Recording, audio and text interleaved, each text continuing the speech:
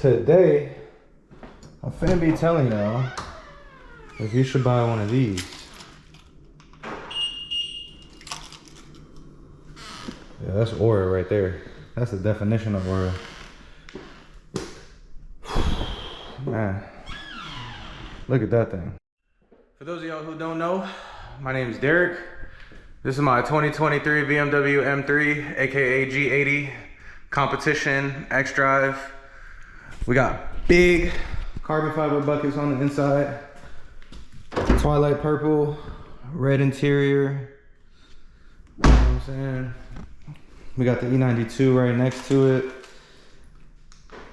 Low key, this is my favorite car. Ignore my headlight, that doesn't work. We don't gotta talk about that. All right. You know what I'm saying? If you know, you know. If you know, you know. But anyways, this is my 2023 G80 next to my E92. Today I'm gonna be telling you guys, should you buy one of these cars? Should you not buy it? Can you daily it? I've had this car for over a year. I bought it, I wanna say I bought it June 18th, 2024. It is currently July 9th, 2025. So I've had the car for over a year. I bought it pre-owned. When I bought it, it had just under 30,000 miles on it. Right now it's got about 45,000 miles on it. So I've definitely had the car for a good amount of time. I've driven it several hour long road trips. I've driven it to work every day. I've used it to take my son to school. So it's been a daily driver. I've had my dog in it. My dog Roscoe, he's a good boy. Say hi, Roscoe. He a little tired right now, you know what I'm saying? But I'm gonna tell you guys everything you need to know, the good, the bad, the ugly, what I love about the car, what I don't like about the car, how much everything costs, because that's a big thing for a lot of people, and just the general ownership experience. I'm gonna try to go really in depth and talk about stuff that people don't normally talk about. But yeah, let's get right into it. This is Apollo right here. This is my little twin. Say hi, Apollo. Hi. You gonna help me make this video today? Uh-huh. All right, bet. Let's get it. Give me some dap. Bam. All right, my man. Let's jump in. Let's get to it. Okay. Get out. All right, buckle up, young man. Okay.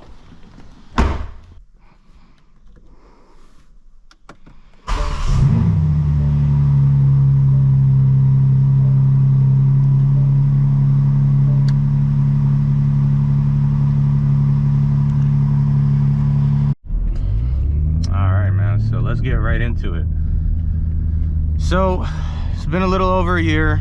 I really have enjoyed this car, man. I mean, there's not a lot of bad things that you can really say about it. So just for reference, I've had an F80. I currently also own an E92 M3. Some of the other cars I've had, F90 M5, Porsche 718, E36 M3. I've been in probably 1,000 different cars, various different horsepower levels.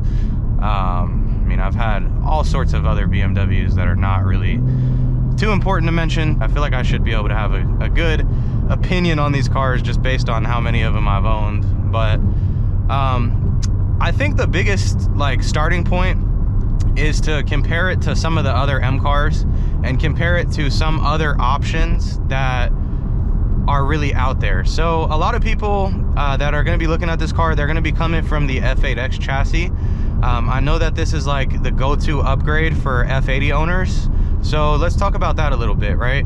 Coming from an F80, some of the biggest differences with this car is going to be the power band.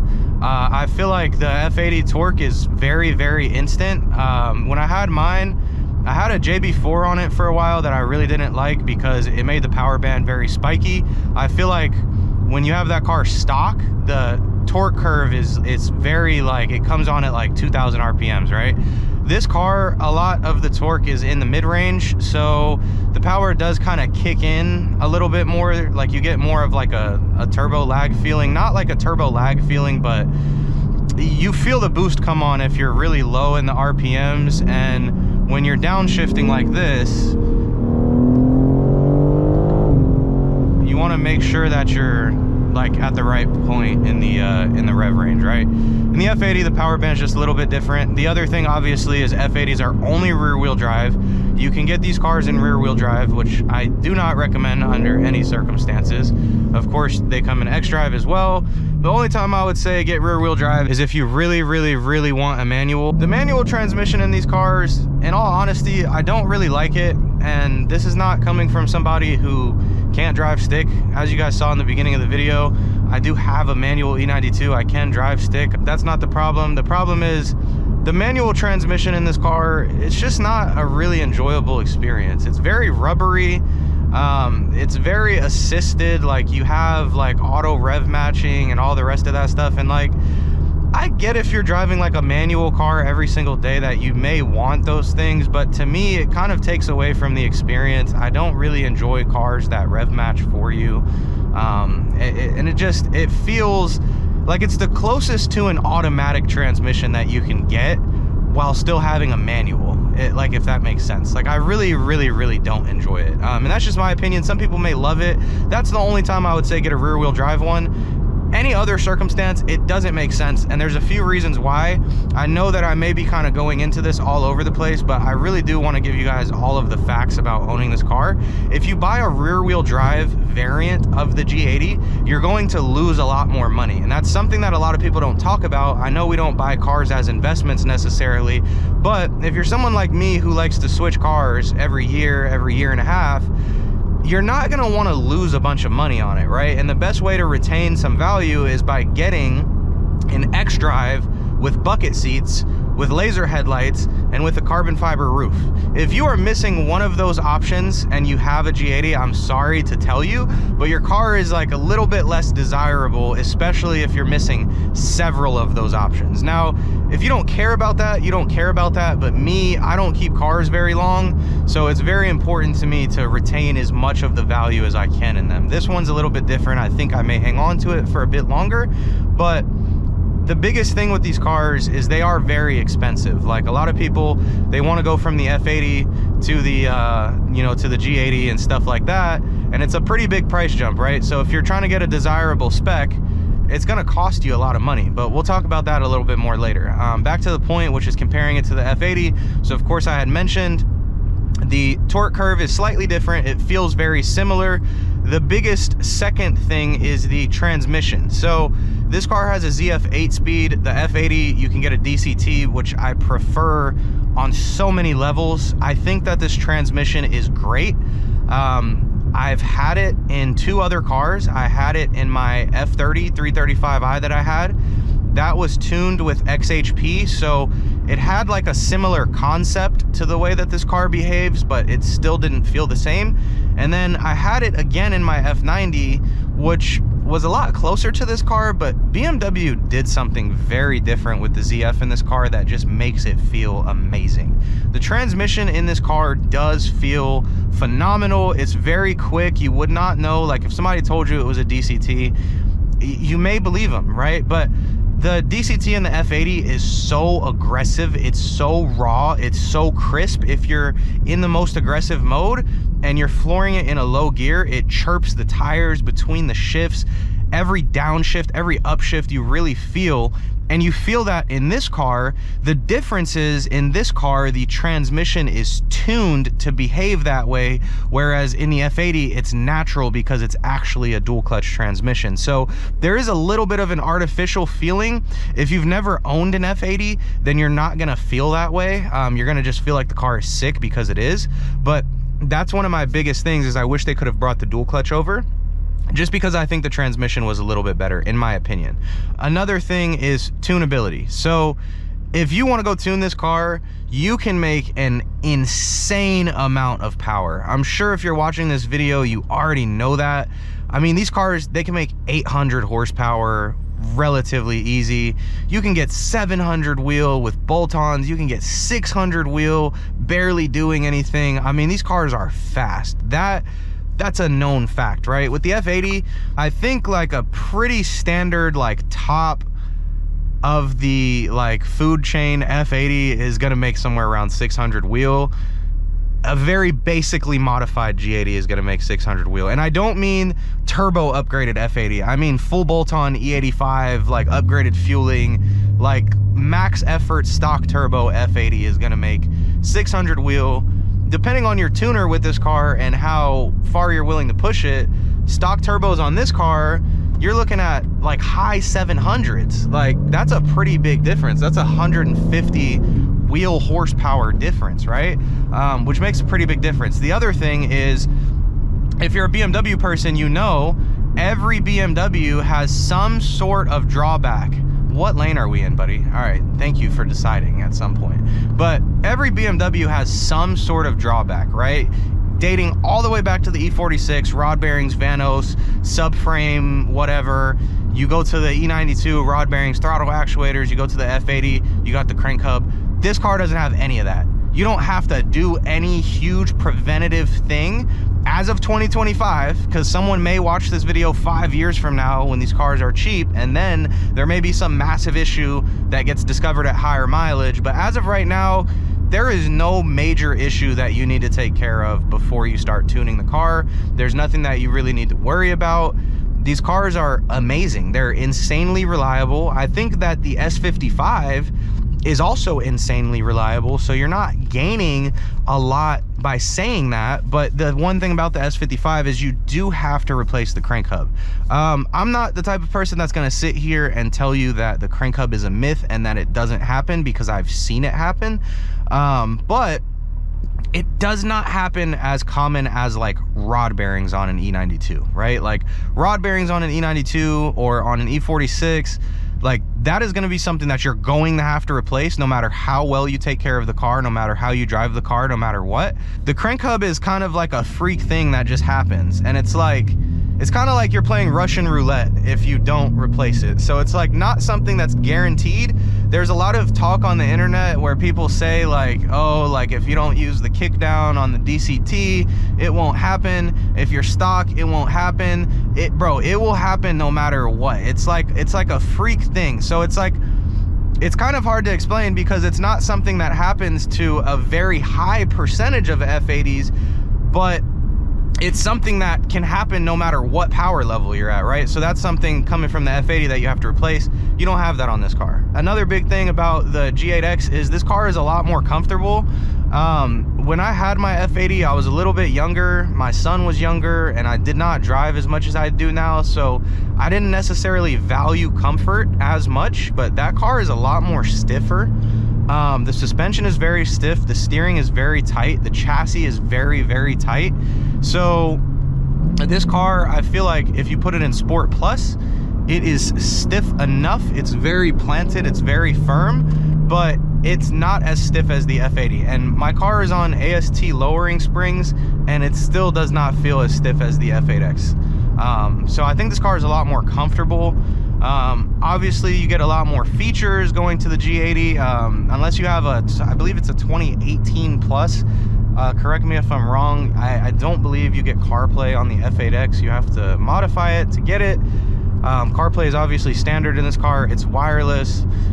You can get things like dynamic cruise control, so if you do have a family or you just like taking really long road trips, that is something that's very cool. And I'm the type of person where 99% of the time I'm going to drive my car. I'm going to have it in manual mode. I'm going to do all the inputs myself. But if we're going on a 6, 7, 8 hour road trip, I'm going to pop this thing in dynamic cruise control, and I'm going to let the car do the work for me. And that's something that's awesome to have. So yeah, coming from an F80, I feel like we kind of covered all the things. The car is obviously going to be faster, more reliable, more comfortable. However, there is one thing that I will say that is not an upgrade from the F80, and that is the feeling of being connected not only to the car but to the road. I do not think that this car is numb. People say that this car is numb and it doesn't have any feeling.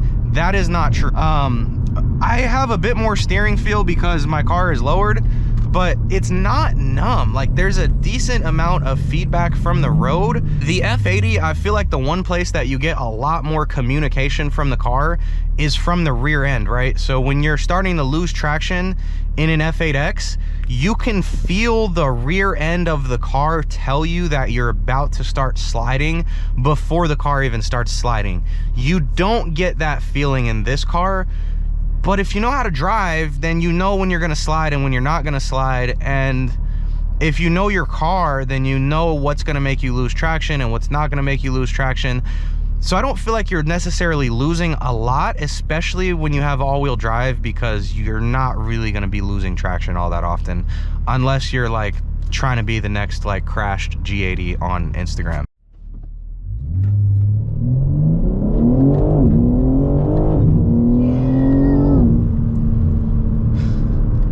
One of the biggest things I want to talk about before we make some comparisons to some other cars is price point. But I paid $85,000 for my car, which, if you know G80 prices, you know that an individual spec, carbon fiber buckets, everything loaded out, like, you know that that's extremely low for the car. I work at a dealership, so I get to buy cars a little bit differently than everybody else does. If you do not work at a dealership and you want a car that is equipped similarly, you are going to pay somewhere between $90,000 and $110,000. I know that is a very big range. The reason the range is so big is because different individual colors are going to go for different price points. You also have factors like buckets or no buckets. Again, if you want to keep your money in the car, buy a car with buckets. We're going to talk about that next. We're going to talk about the buckets next, because that's a big point of contention for this car. Should I get buckets? Should I not get buckets, right? Matter of fact, let's just jump right into the bucket conversation. What do you think? Buckets? You like the carbon fiber, right? Looks cool, right? All right. So I am a larger individual. I am not morbidly obese. I do go to the gym. I do eat healthy. However, I'm 6'1", 205 pounds, and I got back problems. This seat looks like it would be uncomfortable. Look at it. It looks like it would hurt your back. There is no lumbar adjustment. I get it. I get that you think it's uncomfortable. I get that your friend whose friend had one and he rode in the passenger seat for 2 hours said it was uncomfortable. I get it. Listen, I have chronic back pain. I have had chronic back pain since before I purchased this vehicle. This is one of the most comfortable seats that I have sat in. I love it. I love it so much.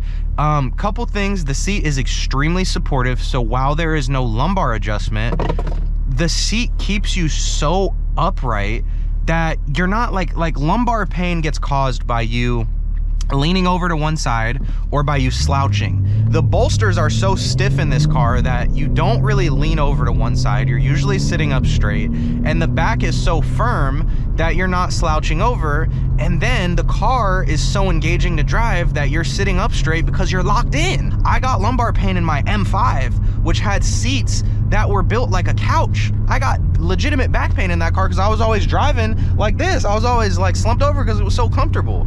Like, the side bolsters are adjustable in terms of width. So if you are bigger, then you can loosen them up. If you're skinny winny, you can tighten them up. I knew a dude, or I still know him, that was bigger than I was, and his only complaint about the seats was it was hard for him to get in and out of, right? In my opinion, it took me like 2 days to learn how to get in and out of the car. My girl learned how to get in and out of the car within like the first 4 hours. Like, I almost thought I had to accuse her of cheating. Like, I was like, what carbon fiber bucket ass dude have you been hanging out with? Like, why do you know how to get in and out of the car? But she had never been in a bucket, or so I think. I don't know, right? I mean, I hope she hasn't been in a bucket. I hope I'm her first bucket seat. So, super comfortable seats, and they help you retain a lot of value in the car. It does not make sense to buy this car, especially if you buy an individual spec and not get the buckets, because the car is so like sick.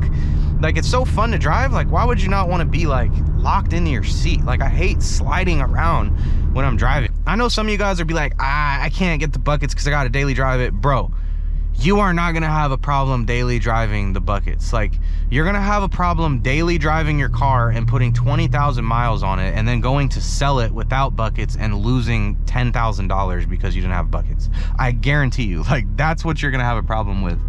Look, bro, this person is so bad at driving. Like, oh my gosh, Florida tags, bro. Floridians do not know how to operate vehicles. Everything that I love about this car, I love the way that it handles. I think that this car handles amazing. This car is heavier than an F80. It's heavier than an E92. It's heavier than a lot of cars.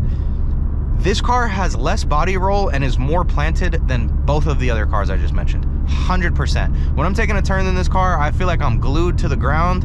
I love the power band in this car. I love how long the power band is. Pause. I love how long it is. Hey, yo. But it revs out really good.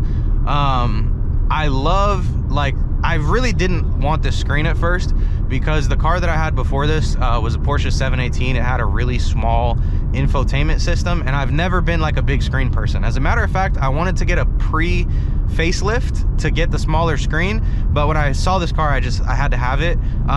After owning this larger screen for a while, it's actually pretty cool. The thing that's annoying, the reason that I didn't want it, is because you can't do anything without using the screen. Like, as you can see right here, there's no AC button. So like, I don't know why BMW decided to put this like forward and backward button right here, right? And then they put like a defroster button, but you can't control the AC unless you use this screen. That's like my biggest complaint about the car, because I hate, like, when I'm driving, I feel like I have to look at this to like adjust my AC. Whereas if you have the smaller screen, you have AC buttons down here, which is a lot better in my opinion. But I love the technology. I love the way that this car looks. I think that was a big thing at first. It was like a lot of people were like, it has a big grill, it got big front teeth, it's ugly. And now everyone is like beating their meat to the car on TikTok. Like, I don't understand. Like, the switch up is crazy. So yeah, I mean, the way it looks, the way it drives, the technology, I mean, what else is there to really say? The only things that I don't really like about this car, there's like 2.5 things. So the first thing is the infotainment system randomly decides that it doesn't want to work sometimes. Like, I'll get in the car and my CarPlay just won't connect and I'll have to go manually do it. And then sometimes it like glitches out completely and just won't connect. I've had that problem with a few BMWs, so I feel like it's just a BMW thing. So I don't know like exactly what's going on there, but I don't like that. And then I don't like how I have to use the screen to control the AC.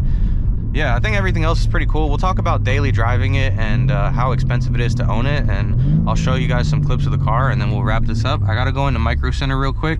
I don't know how this audio on the video sounds right now, but it's about to sound a little bit different because I'm gonna go pick up the media mod for my GoPro. So once we get out of there, we'll continue the video. Yeah, this is the one place that you're always gonna be if you have any M car.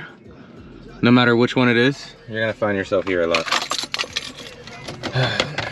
Owning an E92 M3 and a G80 at the same time, you end up paying like a X3 like in gas every month. Like the car payment of an X3 is how much I spend on gas every month. But yeah, owning both of these cars, I feel like I'm at the gas station as much as I'm at home or as much as I'm at work. It looks so damn good though, bruh. Like, hold on, let me turn on the DRLs. You know, if you're a BMW guy, you always gotta have the DRLs on. You can never get caught lacking. I mean, just look at it, man. Carbon lip. Grills. This is all from my business, by the way. Autobahn Auto Accessories. Carbon mirrors. Follow me on Instagram. Spoiler. It's all from my website, autobahnautoaccessories.com. It's hard not to love this car, man, when you just look at it. Like, let's check the angles. Come on, bro.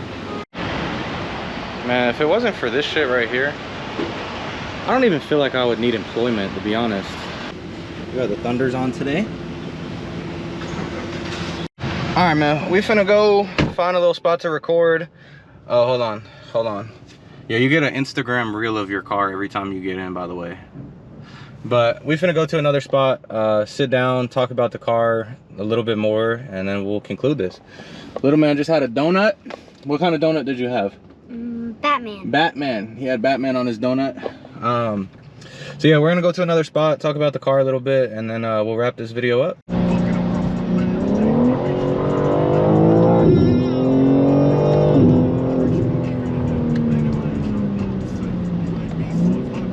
Finally get to show y'all the car in some good lighting. But yeah, this is it. We've got stock 826 M's. We're rocking some all-season Michelins. So yeah, that's the fitment.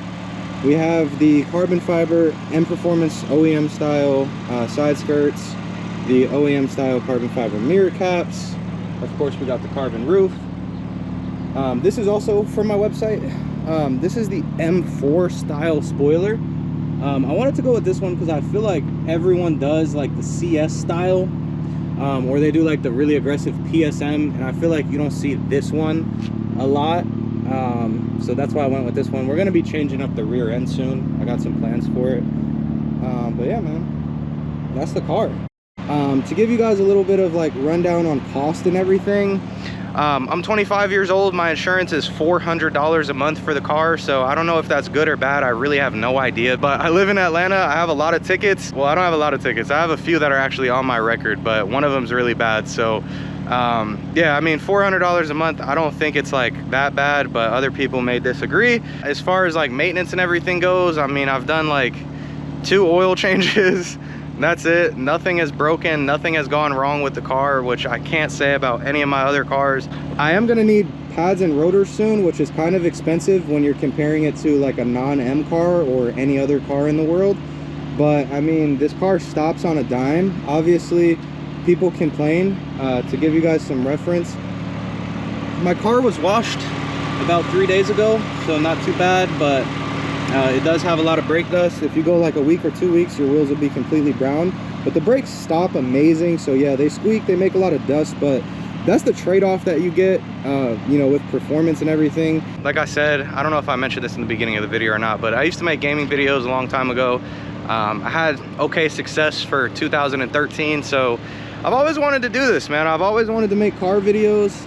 I've had a lot of cars and I've had a lot of opportunities to start this, but somebody's just telling me to give it a shot, see where it goes. So I hope you guys did enjoy the video, got to know me a little bit.